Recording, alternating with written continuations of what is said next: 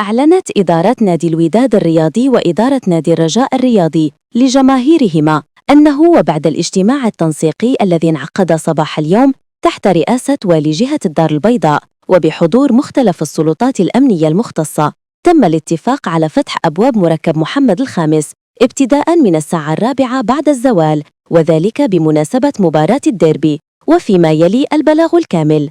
في حالة فوز أحد الفريقين سيبقى جمهور الفريق الفائز داخل الملعب، فيما سيغادر جمهور الفريق الآخر المدرجات في اتجاه خارج الملعب وفق الترتيبات الأمنية المعمول بها. في حالة انتهاء المباراة بنتيجة التعادل سيغادر جمهور الفريقين معاً المدرجات بشكل تدريجي ومنظم وفق توجيهات السلطات الأمنية.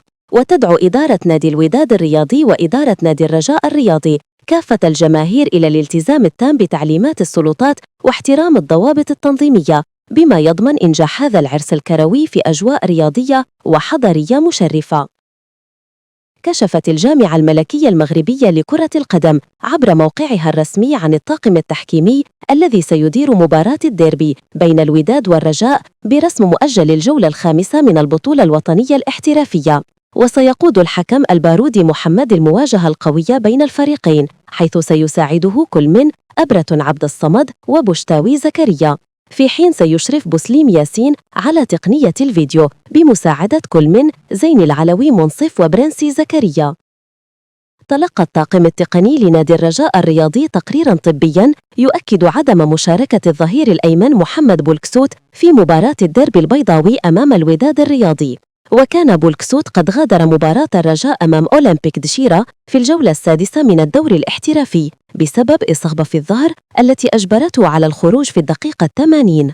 وأن الفحوصات الطبية التي خضع لها بولكسوت أثبتت الأشعة التي أجراها المدافع الأيمن للفريق الأخضر أن الإصابة التي كانت قد تعرض لها خلال المباراة الودية التي جمعت المنتخب الرديف بنظيره الكويتي تتطلب المزيد من الراحة والعلاج المكثف، مما يعني عدم قدرة اللاعب على المشاركة في مباراة الديربي ضد الوداد الرياضي الذي تعد واحدة من أكثر المباريات أهمية في الدوري الاحترافي.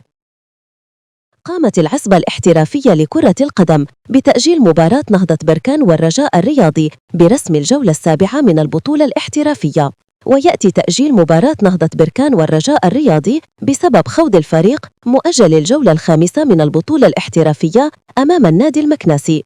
يشار إلى أن نهضة بركان يشارك في منافسة دوري أبطال أفريقيا، حيث عاد يوم أمس الأحد بتعادل من ليبيا أمام مضيفه أهلي طرابلس برسم ذهاب الدور التمهيدي المؤهل إلى دور المجموعات.